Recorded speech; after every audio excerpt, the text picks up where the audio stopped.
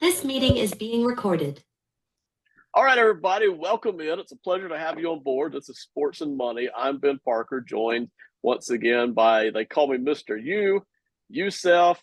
He does content all over the place. We'll let him tell about that if I can remember at the end of the show. But we have tried, Yusef, welcome back aboard. We have tried every 3 weeks or so to do some WNBA talk. And we don't do that every week because, of course, we kind of focus on NFL football. But the WNBA stories are just a lot of fun, and especially every 3 weeks, it's fun to just kind of drop back in, check out the standings, check out some of the stories, and I think it really is a lot of fun to check out. So, Yusef, you doing all right, man? Welcome back. Absolutely, man. I've been probably talking more WNBA in the past month and a half than I have in ever. Watching off and on since '96, since they started off and on. But this is the most interesting it's been in quite a long time. To play on the court and the stories off of it. So with a couple of exceptions, but yeah, for the most part, it really is. When it comes to just stories, I think to me, Major League Baseball rivals WNBA in terms of stories, but that's really because with baseball, you have so many games. It's like every night with 15 games going on, you have something happening somewhere that you're like, wow, that's really unusual. Or, a fan or an umpire or coach is doing something. You just have a volume there. You're going to have something.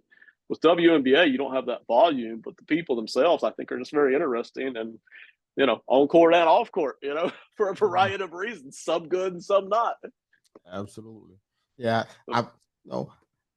Any kind of sport, you want to have a story, you want to have the ability to have storylines. For us doing podcasting, I mean, honestly, for the kind of podcast that I do on our brand of shows, I have to have that. I need the storyline. I need to have the backstory, because that's what I dig into. I don't just take the stats and just throw them out.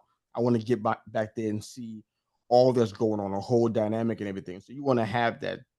The WNBA has that in spades. I hope they can keep it up. Yeah. I think at the core, they got a lot of people who are, personalities wise, it's not a lot to work with. From what I'm seeing, the personalities are like, okay, it's cool, but it's like it's not the NBA. Let me just put it that way. So there's room for improvement, but there's a lot of good stories though. We've been talking about them over the past month and a half, so a lot to work with. But it's been fun. There he is. And so, listen, everybody, welcome on board tonight. One of the first things we're going to start with tonight is the Minnesota Lynx. I find them a fascinating team because they've been right up there with what their coach called the super teams, right? So they've been up there with the New York Liberty, the Vegas Aces, and the Connecticut Sun. But they've started to hit some waves here. And so not only are they kind of the newbies on the block, now they're hitting a little bit of struggle. So you've got the Nafisa Collier injury, which is lingering. We can dive into that. They've got the fact that they were already struggling a little bit during the 3 or 4 games before she went down. We could already kind of see a little bit of come off. Matter of fact, basically, ever since their wonderful coach made the super team comment is basically, and that's after they won the commissioner's trophy, that's kind of when their struggles started. I'm sure that's not related, but that's about the time it started. So how do you feel about Minnesota right now? We're going into this month-long break. How do you feel about them heading into that and coming out of it? Yeah, I did see some of the struggles. They were kind of a juggernaut at the top of the Western Conference for, I don't know how long it's been, but they were on there for at least a few weeks. Yeah. Maybe even longer than that. The Storm was right behind them, and the Aces were sitting in the third spot in the Western Conference for quite a while. That's been flipped now. With the Storm staying still in second place in the conference, but the Lynx have had a bit of a skid. Won 5 out of 5 in their last 10. The Nafisa Collier injury is a big deal. I think it's plantar fasciitis. And you're talking about 20 points and 10 rebounds that you don't have anymore. She's probably the sole reason why they were the top team in the league at one point.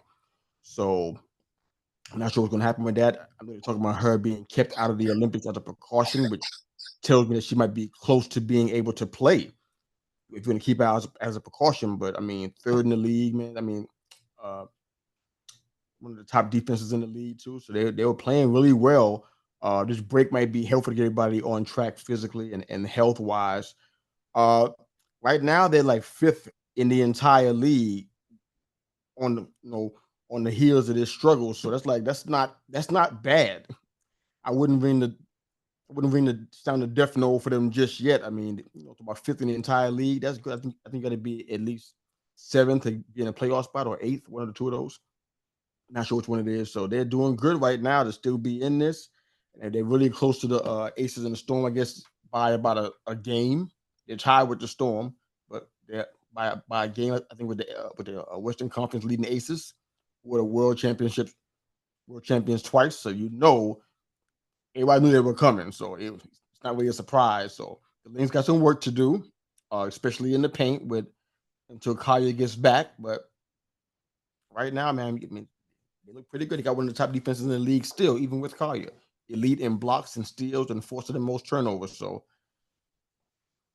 in fact, you know what? One name that we got to I don't want to forget about her because she doesn't get mentioned very often is Alana Smith. They've been getting elite play out of her. The offense needs to improve. I mean, I think anybody that watches the Lynx knows that their defense is their strongest suit without question. Like I said, but being 5th isn't bad in the 12-team league. It's super average, but they got room to build on that in this second half, I guess. So. Yeah, and interestingly enough, I made the comment, I don't know, 3 weeks ago when we did our last show that I thought the 1 month break might actually not be good for Minnesota because they've been shooting hot this year better than in previous years. Because you mentioned they hang their hat on defense. Their coach is not going to allow them to not play good defense, but they had been shooting very well. And then that kind of started to fade a little bit during the 2 or 3 games. I don't know, the 3 or 4 games before Collier went down. Then you had the Connecticut game where Collier went down and they lost that one. And then they've basically been 2-2 without her. So she's the playmaker. She's the one that's really going to make the difference. But even when she's on the court, you still have that lingering doubt. Can they keep up with those super teams? And listen, on any given night, I don't doubt that they can. But come playoff time, when you're into these series and when you're into, hey, all these other top teams, the Aces and the Liberty are taking this for real now. They're out to cut your throat, right? I still wonder if they're quite all the way up there because I love their set shooting. I still don't know how they do it. Some of their 3-point shots that they hit from 2 or 3 steps beyond the arc, but they're kind of set shots. They're like pass and shoot set shots. Very unusual, but they hit them. But the offense kind of seems to come and go. It's not like the defense, which is there every night. Well, absolutely. I mean, I see another team do the same kind of shot. I'm like, oh wow, I haven't seen that in like 50 years. Right. Oh yeah, man. But the Lynx, man, they got a good chance to come back. They're playing the Dream when they come back, and the Dream is in the slump, to say the least. So they should bounce back after the break pretty well. Their coach is fired up. She's getting Caitlin Clark questions that she's about to lose her mind. So they obviously focus on their team and getting their team better in this stretch. And I'm glad she did, bring that attitude. They're going to need it to in this next half. The Aces on the joke. And the Storm has been probably one of the most consistent teams the entire year. And then if you count the guys you play, the ladies you play in the Eastern Conference, you're talking about a rough second half. So they gotta tighten it up. One thing about the WNBA that I noticed, it's undeniable to me. Anybody can lose to anybody on any given night. That you can't say that in the NBA. You can't say that. But in the WNBA, anybody, I don't care the Sparks could have 5 wins and still beat you. Liberty can have 13 wins and still lose to you. You just don't know what could happen. So this is a pretty tough and competitive league, and it's anybody's game right now. So the Lynx got as much of a chance as anybody. Yeah, they do. And listen, Coach Cheryl Reeve, because she's been around a long time, she knows what she's doing. She doesn't mind stirring the pot. And listen, I may not necessarily want to live next door to somebody who stirs the pot, but I don't have to. I do want somebody like that coaching my team, especially a team that hasn't really won a lot lately and is going up against these other super teams, as she calls them. So she's trying her best to stir things up and to get her players to buy in and believe. And I think they do. And so whereas, 3 weeks ago, I thought this month-long break might actually hurt Minnesota with the Collier injury, she's out indefinitely. I think it's going to help them now. So whereas I was worried about their rhythmic shooting, they're not going anywhere without Collier. I mean, they can compete night in, night out without her on a lot of nights, but they're not going anywhere in the playoffs if Collier isn't there making all those plays. And you mentioned the production. Good gosh. So they got to have her. That month-long break might be enough to get her back. And then you've got, basically a third of the season still left to get back in that rhythm and get ready for the playoffs. We'll see if they can pull it off. Yeah, well, they got as much chance as anybody, and they got championship pedigree. They won, I think 4 championships in 8 years. I think every 2 years they won a championship from 2009 to I think it was 2017. So in 8 years they won 4 championships. So they got championship pedigree. They know what it takes to get there and know how to win the big one. So do not sleep on the Lynx. That'd be a mistake. Yeah, that's what their coach is trying to tell all of us too, to pay attention. Beautiful segue, by the way. That's professional podcasting. You mentioned their chances to win. That's what we're heading into in topic number 2 tonight. We're going to do a little bit of a mental pie chart on the percentage chances of teams that have a chance to win the championship. So let's start at the bottom tonight and just automatically eliminate some teams. Or if you're really feeling generous, Yusef, you can give them a puncher's chance of a 1% or something. I want to see how far up the standings we go before you actually give a team a chance. Okay. All right. So how many teams are inside the pie chart? That's what I didn't understand that part. Let's put them all in the pie chart, but if we eliminate them, then they're off the chart. Okay. So. Oh boy, I need time to change my numbers then. Yeah, no, that's fine. So let's start with the bottom, the Dallas Wings. They've been at the bottom all year. Do you even give them a chance at all, 1%, or is it 0? 0. Okay, I'm in the same boat. I feel the same thing about the Washington Mystics too. Any difference there? No. Yeah. Okay. So that's 2 teams we're just going to eliminate automatically. We just mentioned them because they deserve a little bit of mention, and that's it. I'm going to put these next 2 teams together. At the moment, they're not in the playoffs. And that would be the Los Angeles Sparks, 6-18, and the Atlanta Dream at 7-16. Any chance for either of those 2 teams to get on our pie chart tonight? Yeah, I don't see it either. The Atlanta Dream, you mentioned it, really hit the skids. What, a 7-game losing streak? Good gosh. I didn't realize the 1-9 in their last 10. Something's just not clicking there. And then the Sparks, when I watch the Sparks, I'm going to talk about them real quick just for a second. I love their size. Their size is phenomenal. They can really get in there, but I feel like they need another speed player. And there's a certain beautiful young lady coming out of SoCal whose name I won't mention tonight. But if they could get that person to stay in the state. How am I going to know who she is if you don't mention her name? Starts with Juju. If they could get that speed demon to go and get on this team with those big, tall players, I mean, you got a team there now. So I'd be interested in seeing her stay in state.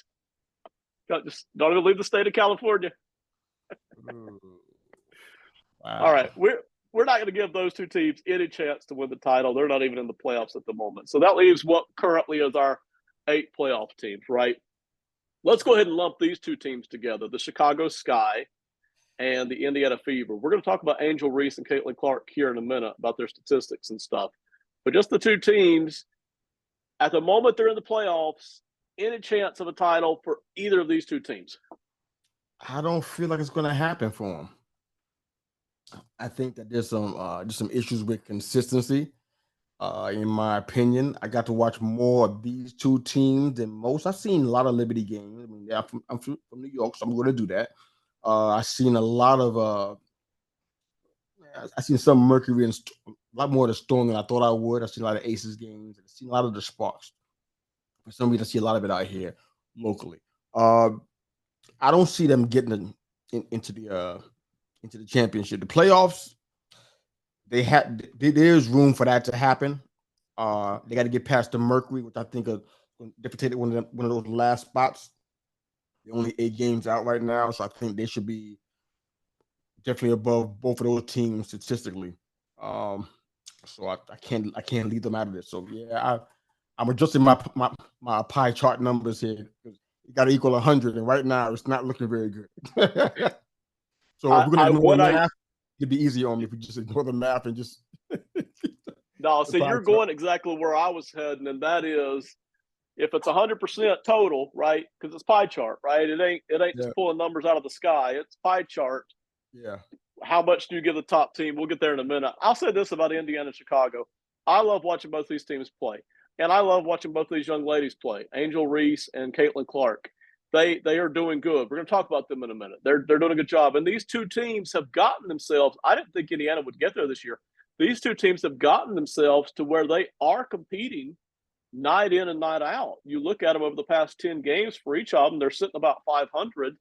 They're in there bumping, banging, fighting, scoring, creating. They're figuring out ways to win. So could I see either one of them making a little bit of a mini playoff run, maybe surprising us a little bit? Yes, I could see that.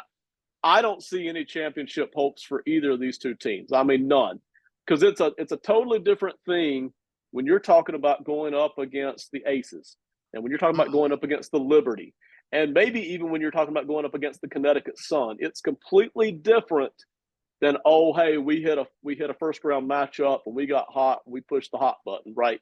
You just hit a wall, and these two teams are going to hit that wall at some point. But it's fun to watch. So I like what they're doing, but no title hopes here, right? Yeah, I don't see it. Like I said, they could get into the playoffs, statistically, but I think the other teams are stronger than they are. I'd be really shocked if they got further than that. So for me, I'm gonna stick to my guns. I think the Sky and the Fever aren't going to be able to get onto this championship pie chart. That's the whole goal here. So I don't see it happening. Yeah, that is the goal. And so at this point, we've eliminated 6 teams that me and you both agree don't have a real any kind of even a puncher's chance, not even a Buster Douglas chance at winning the title this year. That leaves us with 6. At this point, I'm going to go back to the top of the list because I think it's going to be easier for us percentage-wise to kind of play it out this way. Okay. My favorite team here is the Aces. I assume you're the same? Yeah. Okay. Now, do you want to lay out your percentage first on the Aces, or do you want to hear mine first? I'll hear yours first so I can finish the math on this 100%. All right. So for me, I'm just convinced that the Aces are the best team, not just regular season, but title-wise, until somebody actually shows me different. And I don't need to see it during the regular season game. I don't think that matters a whole lot other than, hey, boosting a new team's confidence. The Aces don't care if they lose a matchup during the regular season. So for me, I've got the Aces about 60% chance to win this title. So if you put them up against the field, I will take them very easily against the field. You give me all the other good teams. I'm still going to take the Aces as the overwhelming favorite, 60% chance out of the whole pie chart, right? I'm going to give them 60% of that pie chart. 60%. Wow. Absolutely. Listen, Asia Wilson is playing out of her mind. And they got – listen, they were struggling without Chelsea Gray, but they got her back. They are smoking hot. They're just going to rest, relax, and chill out during this break, except for the ones who are going to go play in the Olympics. And then they're going to get a little mini break, and they're going to come back, and they're going to dominate. And that's going to be the end of it. I mean, that's until somebody shows me different. That's how I feel about the Aces. Wow. Oh, man. Okay. Am I wrong?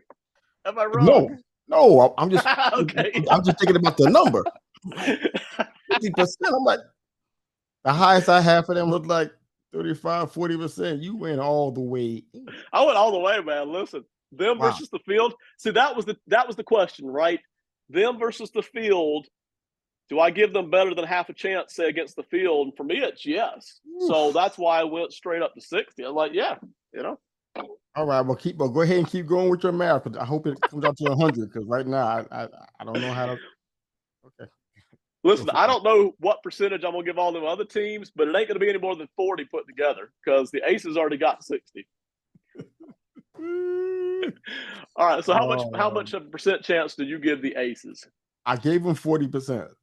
Okay. No, the only reason why I did that and it wasn't 50 or more is because there's been some games where they haven't been looking good. Right. And it's not Asia Wilson's fault. It's usually most of the other people.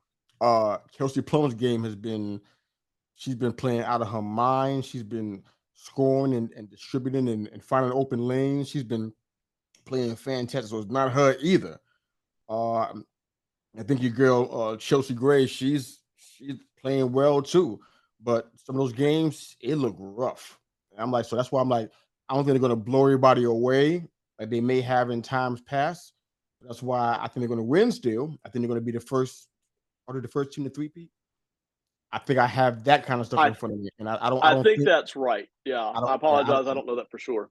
I don't have anything past 2009. That's so earliest I have it. And nobody's three-peated since then. So I think the Aces are going to be the first one to do it, but it ain't going to be an easy task. They struggled against teams they probably shouldn't have struggled against. So a really good team could test them.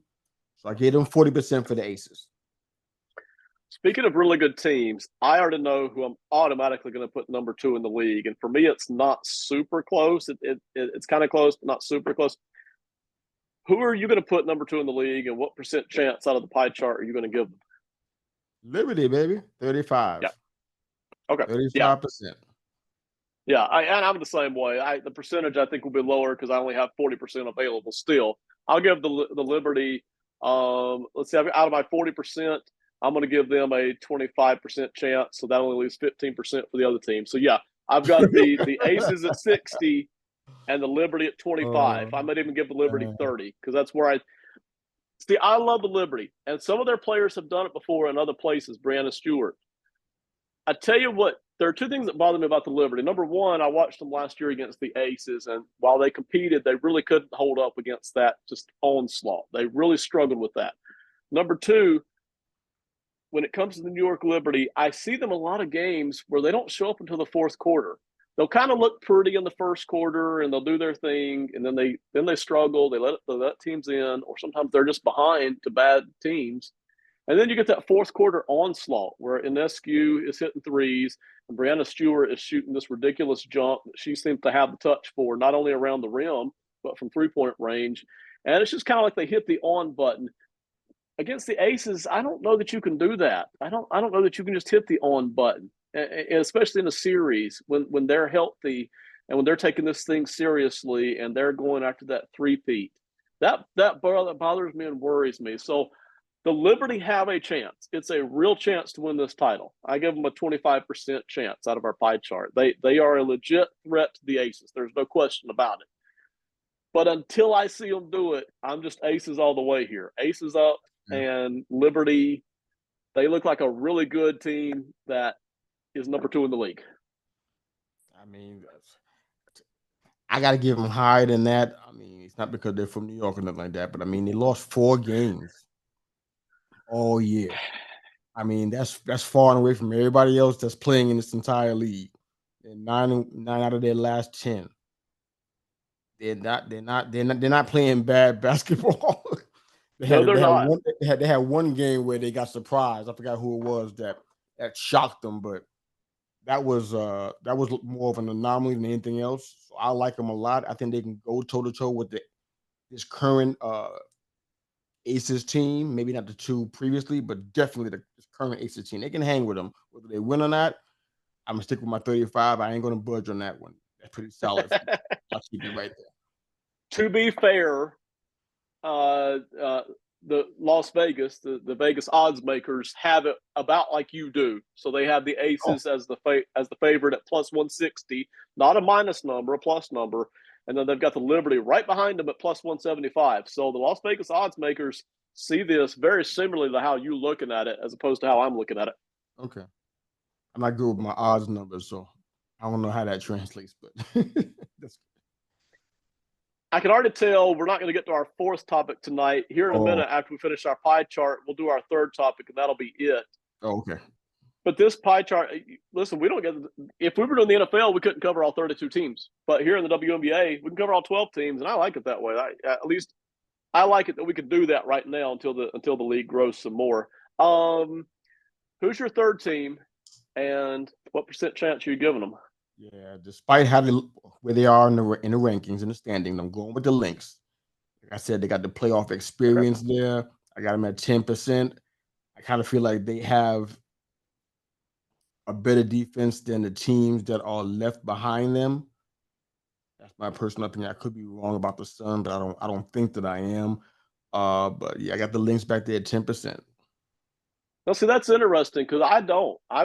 But the Vegas odds makers do. Now, they've got them a distant, Really? way distant third Okay. to Aces and Liberty, right? Those two teams are just lights out. But the odds makers have the Lynx at third at plus 650. So now I I'm don't see feeling it good that about way. myself. Yeah, listen, you're lined up with the odds makers, and I'm all over the map here.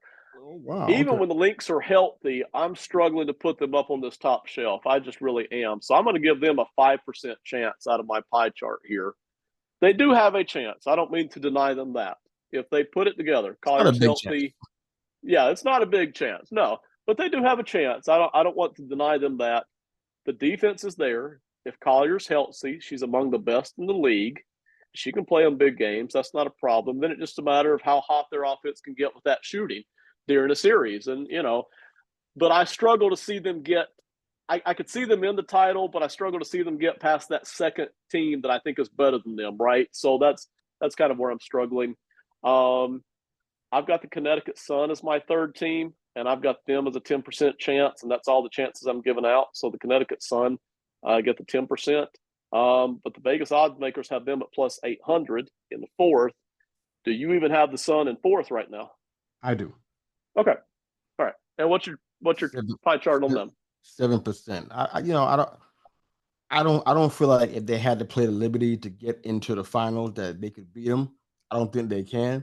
So I just see them as getting a high playoff spot, but I don't see them beating the Liberty. I just don't see it.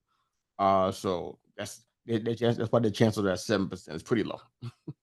Fair enough, but it is a chance, and that is the point because you want to be on the pie chart even if your chances aren't huge. Now, me personally, I didn't give the Seattle Storm, the Phoenix Mercury on the pie chart, so I've got 4 title teams, and that's it. Did you give the Storm and the Mercury even a puncher's chance here? I gave the Storm 5 and the Mercury 3. They've been playing. They've been hanging in there in their respective division. But man, I watched a few of the Storm games. I don't know.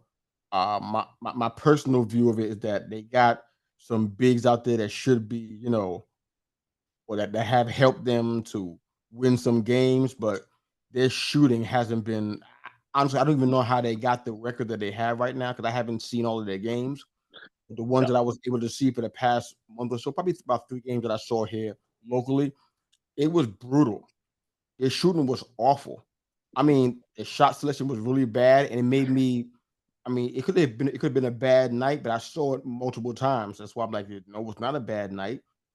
Something's very undisciplined here, and I don't think they're going to be able to get far with that kind of play. So I gave them 5% based on their record solely, and them getting to the playoff. When you get in the playoff, anything can happen, but right. I'm just not seeing it. So the Mercury, same situation. They're starting to slide a little bit. Probably won't slide out of the playoffs, but they are sliding.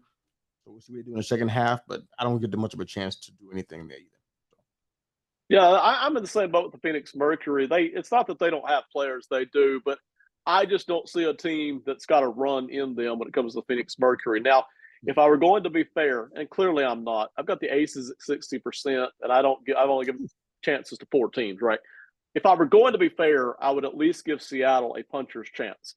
They have got a hot record, and I love Jewel Lloyd. When she's out there playing, she's just like a beam of sunshine. She's like a poor man's Magic Johnson. I mean, I love watching her play and put on a show. All right. But everything you said about Seattle is true. All right. The consistency, the sloppiness, the hey, we're not real sure what we're doing, but we're doing pretty good at it.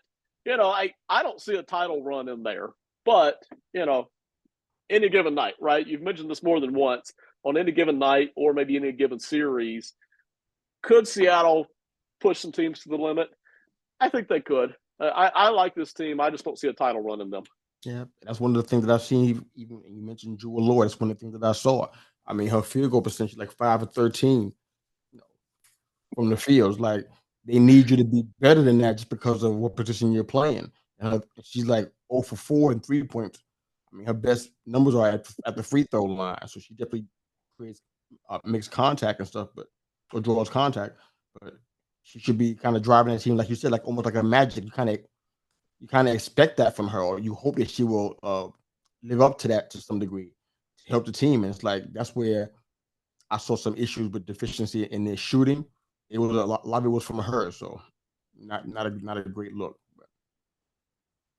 All right, fair enough. So I've got 4 teams on my title pie chart. You've got 6, but with the ones on the back end, obviously, tiny chances. I All thought right, I put to we're gonna include spend. all. I thought I had to do all that stuff. I thought I had to include all of them. I didn't know I wouldn't. If that was the case, I had 3 or 4 teams in there. I didn't realize that. I thought I had to like have mercy and add other teams into it. I didn't know that. I'll get it right next time. Man, it's your pie chart. You're in charge, man. Whatever you say Oh, goes. Okay, you I put one didn't team know on there that. if you want. Be all aces, man. I couldn't do that. I could do 3 teams, 4 at the most, but I can't just do the aces. I don't feel that good about where they are. No. All right, we're down to our last 5 minutes. These young ladies deserve more than the 5 minutes we're going to give them, but I plan on talking about these young ladies for probably 10 years to come, so they'll have plenty of chances for us to talk about them. Angel Reese, Caitlin Clark, and also really quickly, Rakia Jackson. Let's start with Angel Reese. You talk about consistency, and I think listen, I expected her to be consistently decent for her rookie season, but she has been beyond that. She has been consistently good for her rookie season. I expected the rebounds. I'm trying to find her. I've got her whole page pulled up here. I'm just trying to locate it. She is averaging a flat, straight 12 rebounds a game. And I expected that. I really did. It was the points for me that I was like, well, rookie season, I don't know how much she's going to get the ball, maybe 8 or 9 points a game. No. She's up at 13 and a half points per game is where she's at. She is averaging a double-double. Not only that, I think she's got now the longest record in WNBA history with that 15-game double-double streak that she had going. Mm-hmm. I mean, she's not just consistently decent and consistently competing. She's consistently good, and I really have enjoyed watching it from almost the very first game she's played. Absolutely, same here. For time's sake, I'll keep it brief. The biggest thing that we talked about on our other brand of shows, we talked about her shooting. It was a problem at LSU, and it's a problem now. But she's been shooting 50% or better from the field in the last 5 games. It's like super awesome. So the double record she's been creating is incredible. You got to give her props for that. She's not doing what a typical rebounder is doing. She's not sitting under the basket waiting for the ball to come to her. Right. She's doing it in different ways, and she's getting really good at drawing fouls. She's at almost 66% from the over 66% at the free throw. In free throws. So she's doing better. Her shooting is actually improving. So it's like that's what we wanted from her, and she's doing that. So I give her big time props, man. It's good that she's keeping her head in the game and she's improving her game. I like it. Yeah, I don't know exactly who to compare her to because comparisons aren't always fair, right? But I'm going to do it anyway. She reminds me a little bit of, say, a Kawhi Leonard or a Draymond Green, who kind of came into this league with more of a defensive prowess, more of a rebounding prowess. But then as the years went on, you figured out, especially with Kawhi, oh, wow, these people can actually score too. You know, they can do the offensive side. Now, in college, that wasn't a problem, but you're in the WNBA now. But the shooting is something that can be practiced, that can be worked on. You can take an entire off season and focus on nothing but 18-foot jump shots. And then you can expand from there over the years. You know, that's something that can be improved on. And so I like where her game is headed. And I think she's a beautiful person. Now, listen, every once in a while, this other angel comes out, right? Not so angelic, right? Every once in a while, she's going to do something that's a little off the cuff. And maybe she shouldn't, but that's her personality. But I will say this. I love listening to her talk. I love watching her on social media.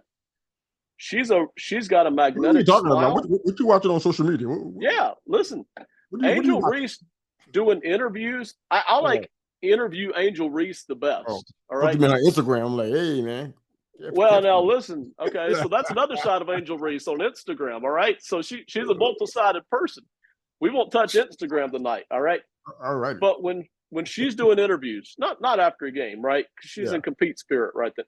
When she's just talking, handing out interviews, you know, I enjoy that. She does good at it. She's the kind of person who you can put on a reality TV show. and she can do very well at that. She's got that side of her. And I'll say this before we move on to Caitlin Clark. She should not let the media just paint her or corner her into being a bad guy if she does not want to be that. She has so many other sides to her. Now, she's got that side of her that sometimes comes out and is aggressive, and if that's who she wants to be, that's fine. But she's got this other beautiful side, multiple sides, that she should use fully, just like an artist would use a paintbrush to paint many different colors. Mm-hmm. And she should not allow herself to be boxed in to one thing.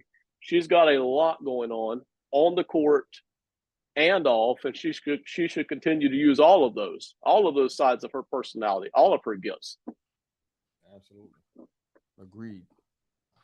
All right. Caitlin Clark. Caitlin Clark wasn't doing bad during the first quarter of the season. She wasn't. But the turnovers were rough. The shooting percentage was rough. She looked tired and exhausted, and she wasn't handling the physicality the best.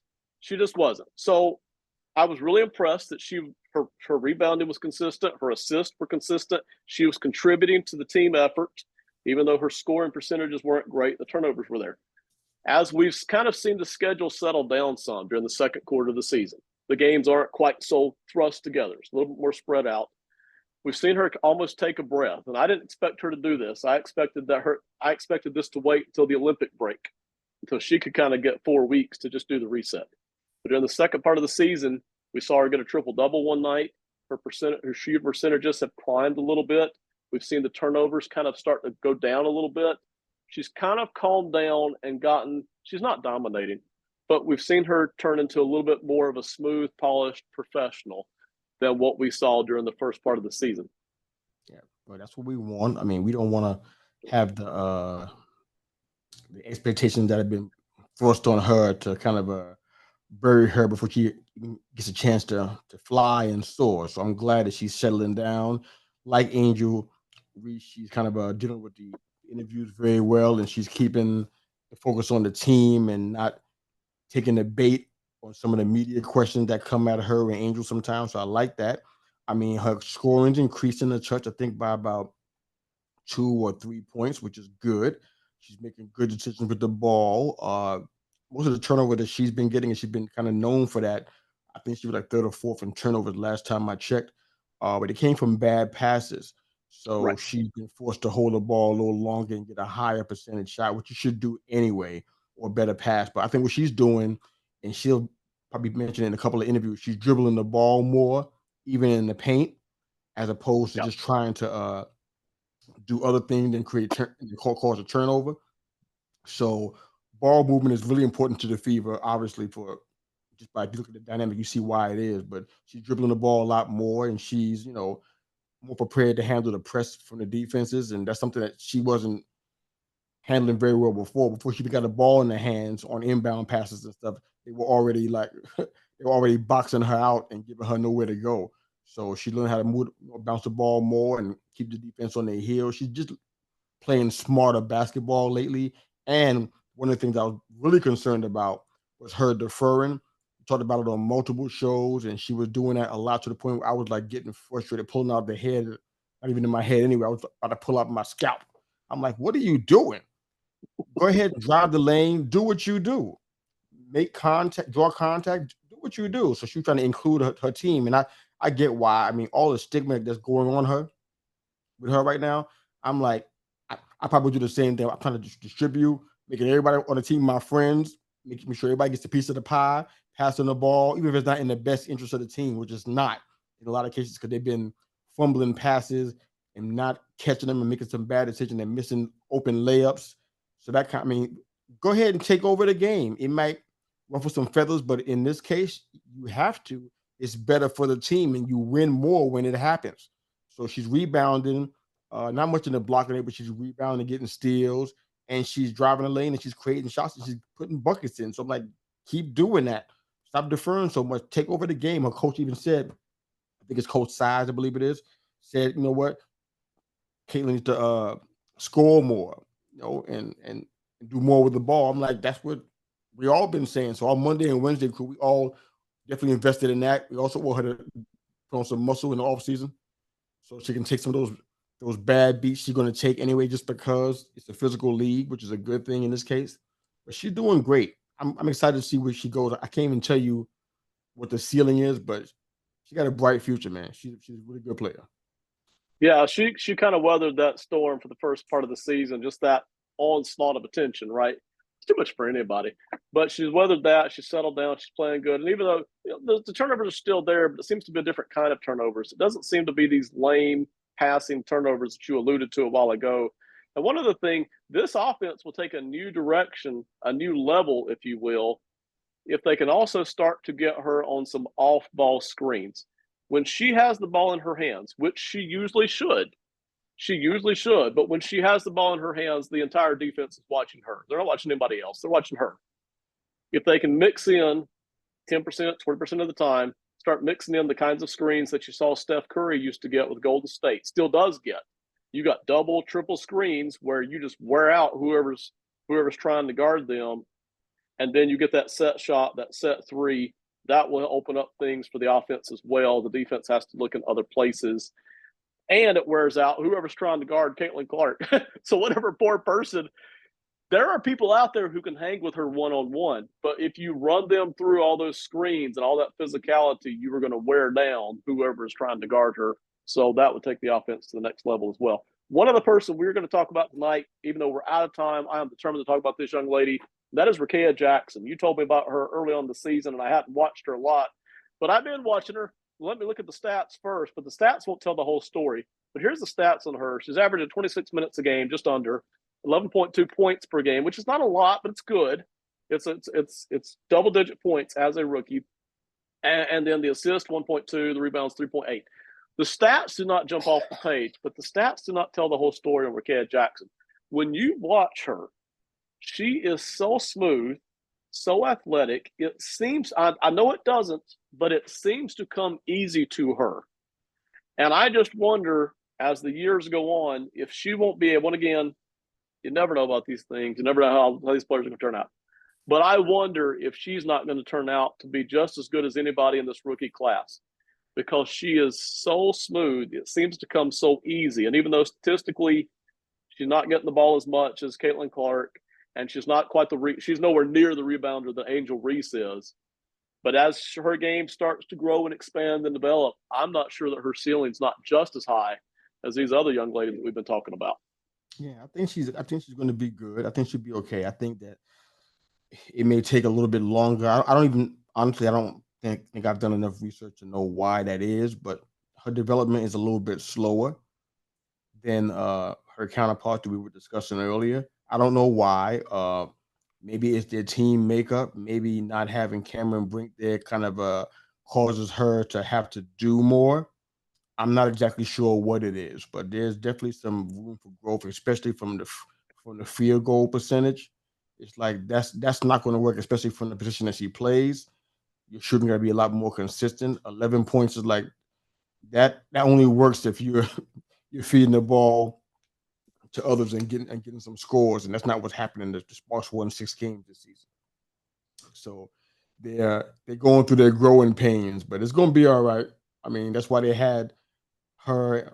That's why they had Rickea Jackson and Cameron Brink on the same team. They're building something, so it's going to be better, but it might take a little bit more time.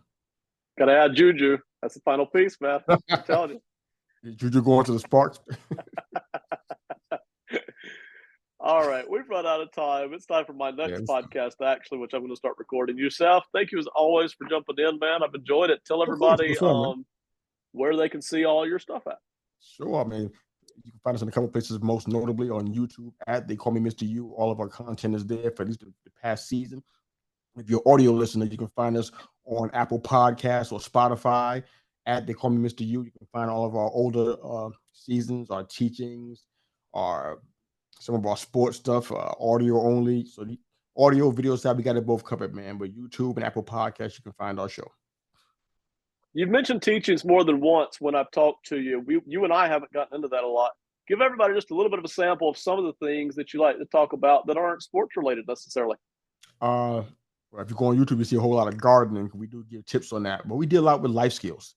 My wife and I have a podcast called the His and Hers Podcast, where we talk about relationships, marriage, and other stuff in the world that I wouldn't discuss on that Monday thing on Wednesdays. But we deal with life skills, personal development, spiritual development, how to be the best you can be. We deal with all those details like that. I mean, I got some entrepreneurship thrown in, but that's kind of where it pops in from time to time. But it's about life skills, because until focus on developing you can't give anybody else anything. So we just deal with that a lot. So our first 3.5 seasons is heavy personal development, heavy life skills. So there's no video, it's all audio on Apple Podcasts. So I'd love for you guys to subscribe to the podcast and download those episodes. You'll see it.